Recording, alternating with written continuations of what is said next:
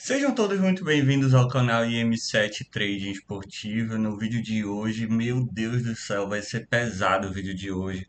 Eu vou fazer a minha análise contabilística anual, o ano inteiro. Vou mostrar quantas unidades eu fiz no final aí do meu trabalho como trader, a estatística do tipster, não, do trader. Mas é um trabalho aí em que eu vou comentar muito sobre essa perspectiva de quanto o mercado pode pagar no trading, como é que funciona o jogo, as vantagens face aí aos tipsters, há algumas referências de alguns tipsters e o porquê que eu acho que o trading em cavalos é a melhor opção para você conseguir ganhar um dinheiro de fato muito bom investindo um valor relativamente baixo face ao que você pode ganhar. Beleza? Então esse ano foi o ano perfeito, graças a Deus, para que eu faça esse tipo de vídeo, porque, cara, foi muito alto e eu vou tentar explicar para vocês, vou mostrar um vídeo na prática do porquê que a minha rentabilidade é muito alta no trading. Eu acho que isso é muito importante também. Você mostrar o resultado e você mostrar como é que você pensa para chegar nesse resultado, né? Então fica a dica aí, vou ensinar um pouquinho para vocês como avaliar um tipster ou um trader para que você invista no serviço dele. Bora lá? Vamos pro vídeo depois da vinheta. Mills past the step. On a gathering storm comes a tall, handsome man in a dusty black coat with a red right hand. Vamos lá, galera. Vou explicar para vocês aqui os meus resultados, os meus percentuais. Mas primeiro quero ensinar aí a vocês a fazer a análise de desempenho contabilística objetiva, tá? Caso você não saiba, você precisa de uma planilha para planilhar os seus resultados diários, tá? E nesses resultados você vai colocar a quantidade de mercados que você fez, você vai contabilizar a tua diária. Por exemplo, novembro de 2024, utilizando uma banca de 5K. Aí o que é que eu vou fazer? Eu vou aqui nos meus resultados, deixa eu fechar aqui. ah, Acho que é no F11, deixa eu voltar aqui. Preciso do. Pronto, planilha cavalos. Aí esse mês de novembro foi o valor que eu utilizei lá como exemplo. Ó, eu vou colocar a quantidade de mercados que eu fiz no dia e o resultado. É só isso que eu preciso colocar. O resto aqui ele vai calcular direitinho tudo. Essa é a planilha do Theo Borges. Caso você queira baixá-la, vá no YouTube e escreva planilha Theo Borges, que vai se oferecer essa planilha aqui. E aí depois fica muito mais fácil você ver a quantidade de mercados que você fez no final do mês aqui, ó. 648 mercados foram a quantidade de corridas que eu fiz para esse profit aqui, que ele geralmente é somado de forma aí automática, né? E aparece bem aqui. Beleza? Então façam isso, isso é muito profissional, isso é muito importante. Beleza? E vamos voltar aqui para essa parte do vídeo. Então, eu pego aqui os dias que eu trabalho, por exemplo, em novembro, o total de mercados é 648, o total de lucro 11.283. A média por cada corrida, então é a divisão entre o valor total e o total de mercados que a gente operou. E aí dá R$ 17,41 por corrida que eu fiz. E a média por dia foi de 451. Então a minha diária foi de 451 em novembro. Dividido aí mais ou menos por 4 horas de trabalho, dá uma média de 100 e alguma coisa, entendeu? 111, 111. Beleza. Porcentagem sobre a banca: 225%, tá? Banca de 5K. Então, uma unidade da minha banca é a minha stake base de trabalho, que é de R$ 50. Então deixa eu até colocar aqui, uma unidade é igual a 50 BRL, certo? Uma unidade é igual a 50 reais. Então aqui eu fazendo 11K 283 foi o total de 225 unidades. Se você multiplicar 50 por 225, provavelmente vai dar algo por aí. Beleza?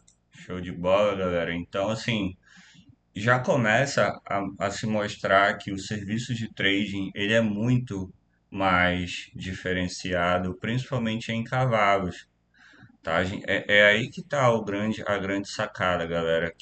O brasileiro que ainda não conseguiu entender, geralmente é aquele brasileiro em que ele vai ficar com o futebol até, mano, vai ser até, entendeu?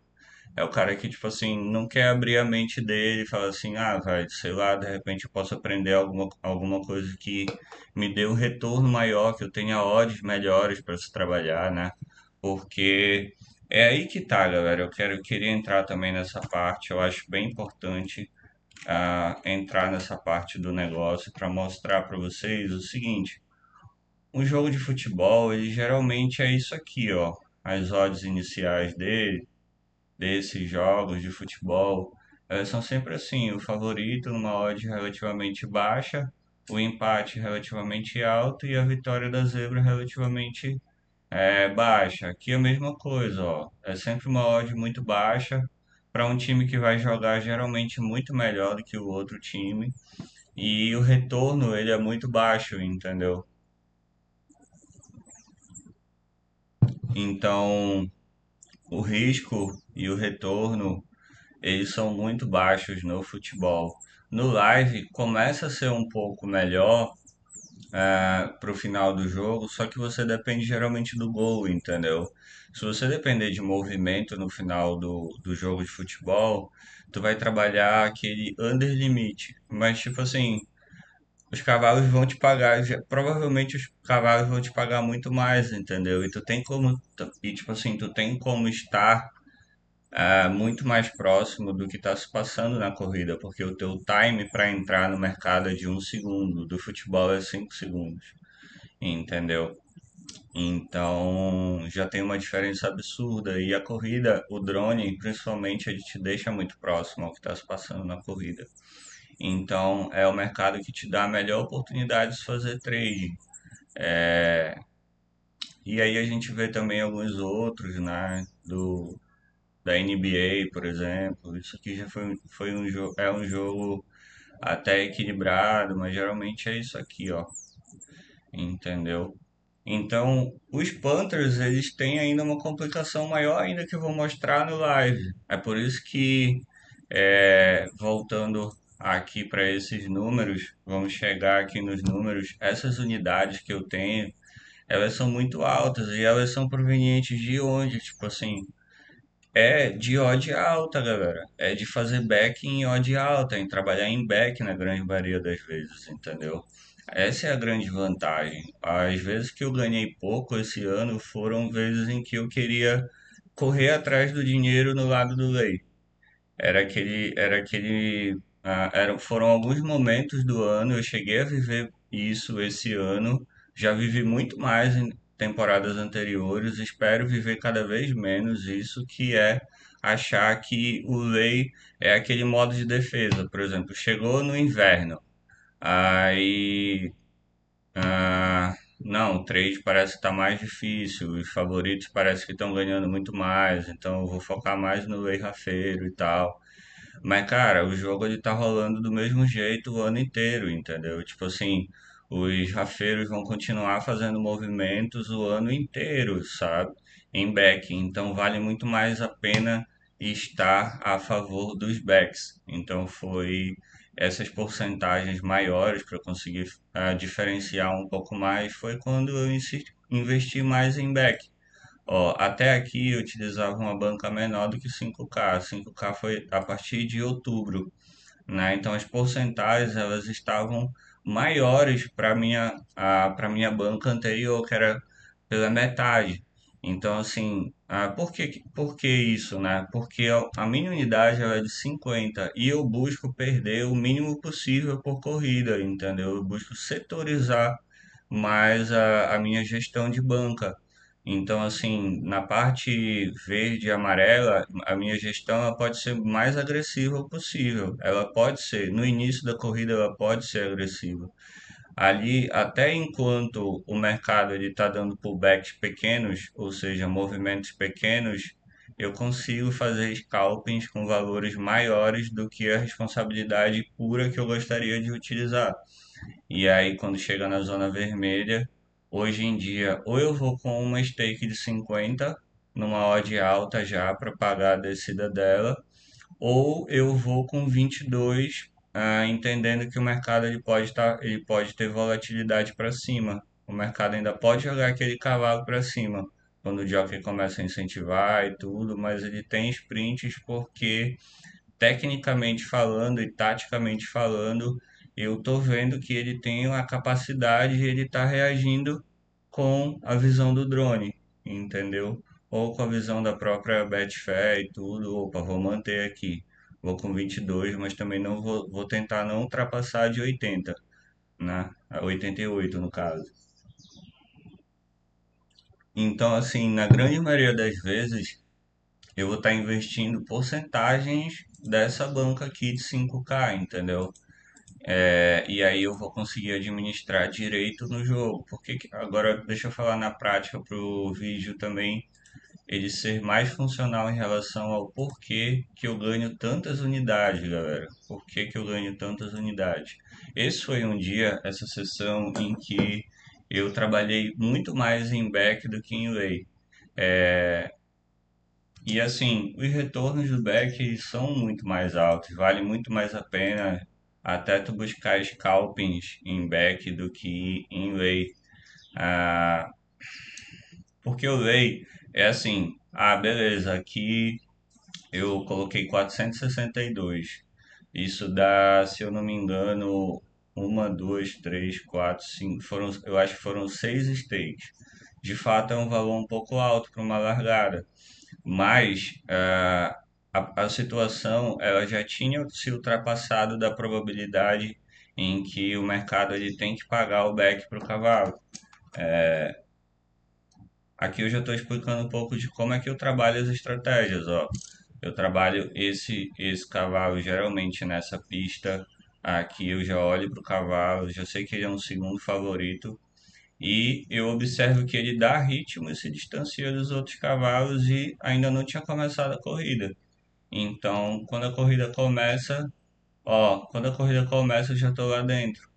Então, a força do mercado ela vai acabar tendo que pender para o lado do back, porque é o segundo favorito, né? É lógico que tem que tender, mas eu preciso administrar o máximo possível aí o movimento e a gestão e a abertura e o fechamento, porque é tudo muito rápido, né? Eu preciso ver se o back ele está me dando é, parâmetros aqui, né? Então a força do back ainda não foi das maiores, então eu administro um pouco mais a minha mão porque essa minha aposta, ela é para minha primeira estratégia, que é a dos front runners. Então, se já passou da porcentagem, eu já vou administrando mais a minha mão. O mercado não quis comprar o jogo do back muito forte no cavalo, pode ser um indício que ele pode não se aguentar no final. Então, ou eu deixo pouco, ou eu fecho, já para esperar um pouquinho mais a cena e mudar de estratégia. Agora eu já não vou mais trabalhar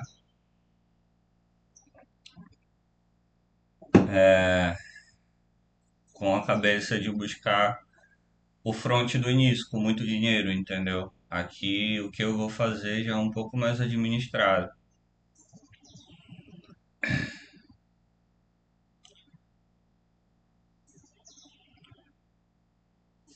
Bom, passados a algum momento da corrida, eu fui observando que o favorito, e era esse cavalo aqui que estava aqui atrás, ele estava em uma das piores condições de terreno de posição desce para essa pista de Clonel, ele tinha pouco espaço para sair daqui, ele não pode trombar com os outros cavalos, senão ele vai tomar o Inquiry. E eu vi que o jockey ele estava exigindo já um pouco do cavalo em uma forma que ele não é acostumado a exigir, que é o Tom Harney. Quando ele já está incentivando muito o cavalo muito cedo, ele geralmente não ganha corridas assim, ele geralmente administra o cavalo o máximo possível quando ele vem para ganhar. Isso não é uma regra 10 em 10, mas é um indício que o mercado vai ter que começar a subir a odd dele, porque ele está numa posição ruim e está exigindo do cavalo. Então, por cross-match, começa a ficar óbvio que a rajada, a direção do mercado, ela tem que começar a descer para os favoritos, ou para os outros favoritos, ou melhor, para as zebras no caso, né? E aos poucos essa visão ela vai acontecendo. Então eu já estou posicionado porque eu já estou estimando que quando ele for distanciando, no caso agora já começou a acontecer, o mercado vai ter que começar a reagir a favor dele. Ah, um mau salto do favorito já vai ficando um pouco para trás. A odd, que era já 1,80 e eu estimava a subida, ela subiu, depois voltou um pouquinho. Como ele estava numa posição muito boa, eu decidi pagar um pouco para ver. Mas aqui até já tinha um saldo em que eu poderia ter fechado. Se eu faço essa massa do bolo sempre, eu, com o melhor possível dos movimentos, eu consigo potencializar mais o meu lucro. Mas o fato é o seguinte: aqui eu tenho 125% ou R$ 125, eu já estou vendo 96. Então, o que que acontece, galera? Tem muito tipster e muito punter que trabalha em margens abaixo de 2 ou então perto de 2 ou então um pouquinho maior do que 2. Tipsters conhecidos e que tem pessoas que pagam milhões para eles. É lógico que a liquidez ela baixa um pouco as tuas odds, mas isso aqui, para quem quer crescer o capital, é um ROI absurdo. É como se tu já tivesse tirado praticamente uma odd 2. Se tu tivesse fechado agora, tipo assim, tu garantiu uma odd 2 em apenas um recorte da corrida. Porque tu teve o pensamento que o favorito ele vai começar a fraquejar e ele não tem espaço. Quando ele começa a fraquejar e não tem o espaço que ele queria ter, o mercado ele começa a prever que os cavalos que têm bons espaços e foram garantidos esses espaços, os movimentos vão para eles, né? Então aqui eu pensei de uma forma ah, mais intuitiva possível que quando a odd do 4 começar a subir, que é o favorito, a odd do 14 vai ter que descer. Por que que ela não desceu tão forte? Porque em Clonel a vantagem não é dos frontrunners, é dos cavalos que vêm do meio para frente. Os frontrunners eles levam a corrida muito forte e eles geralmente não se aguentam se vier um cavalo que vem de trás, mas não pode ser muito de trás, entendeu? O favorito aqui, ele não tem como passar pelo outro cavalo, porque ele não tem como ir para a direita e agora ele não tem como ir para a esquerda, entendeu? E o front runner de fato tá bem. Mas eu já poderia ter fechado, demorei um pouco para fechar, então vou administrando um pouco mais a cena, esperando um pouquinho o mercado dar uma rajada, que eu achei que ele não estava de todo morto, mas aí já não vai mais valer essa exposição para o cavalo, porque ele pode ser ele que venha para ganhar, mas pode ser que outros cavalos, a gente nunca pode achar que quando falha um, e ele começou a falhar, um outro já vem ganhar, pode ser que venham outros também, entendeu? E no caso dessa pista aqui, a vantagem ela era para os de trás, então já poderia ter fechado, mas aí acabei deixando para rolar e passei a observar os outros cavalos, né? E vi que esse cavalo com James Smith, o mercado tinha reagido muito e ele estava vindo sem incentivar. Então, de fato, parecia ser um cavalo que vinha para briga, né? Ah, o que é que eu faço? Eu propus uma entrada a 4, só para a gente ver que na hora eu não estava vendo. Ó, agora,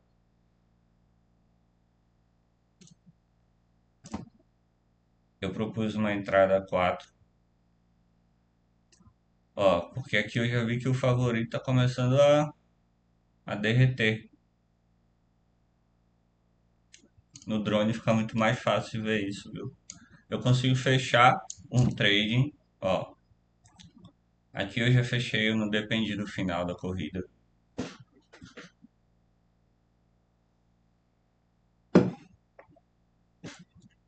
E eu consegui fazer um Dutching no 8. Eu entrei a 4 no 8 e vou fechar praticamente com o valor cheio. É uma situação em que eu vejo que uma odd 4 para isso tem EV, para você fechar lá embaixo.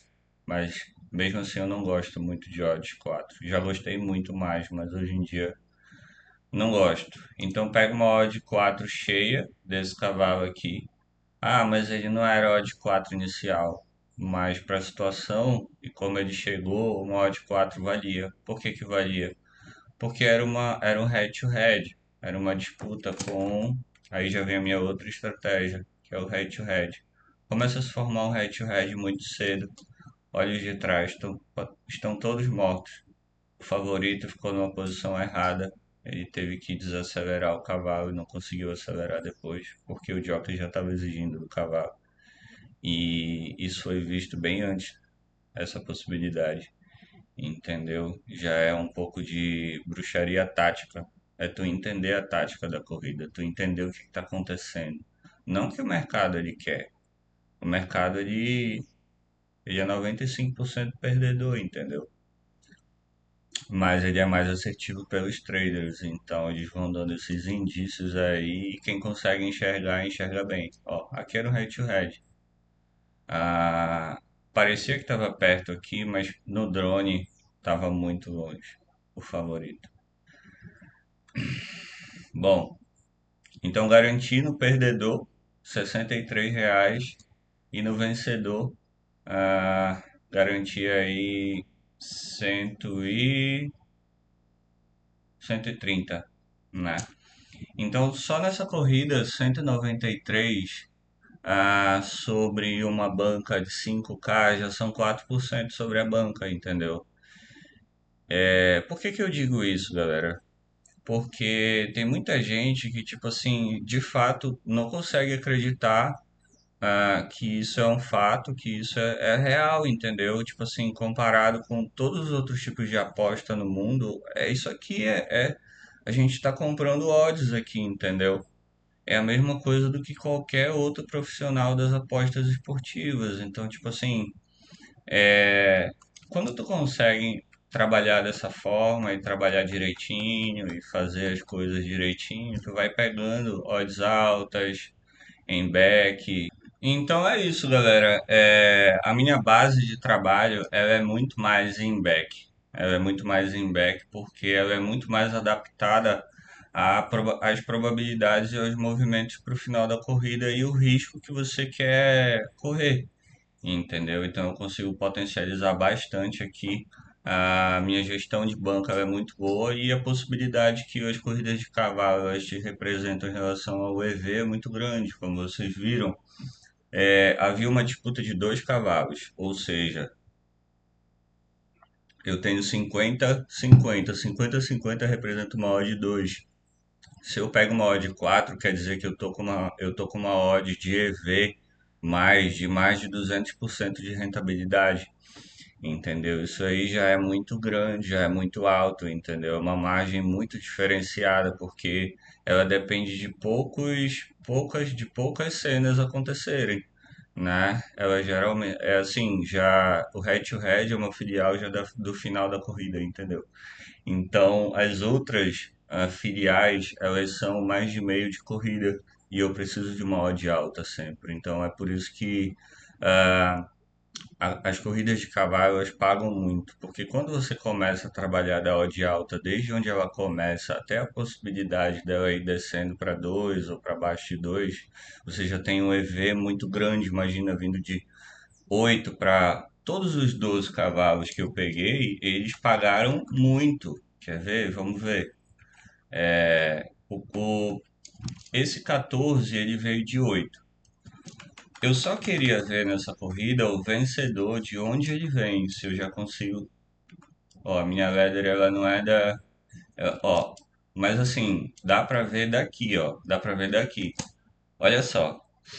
É porque é ordenado as odds, né? Então esse 8 aqui, ele devia estar com uma odd muito alta. Muito alta mesmo, entendeu? E aí ele já estava aqui, ó. Isso aí esse cavalo ele devia ter ido começado a 50, 100, entendeu? Então isso acontece nas corridas de cavalo, galera.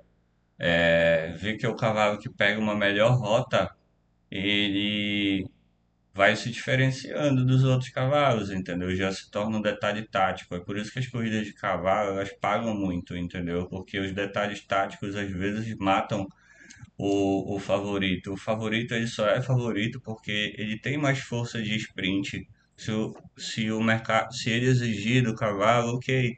Só que se ele saltar mal e se posicionar mal, o pequeno detalhe dele ter que desacelerar para depois acelerar e ele já era um pouco fraco, já faz uma diferença muito grande na corrida, entendeu? Então, para quem sabe desses detalhes táticos, é isso.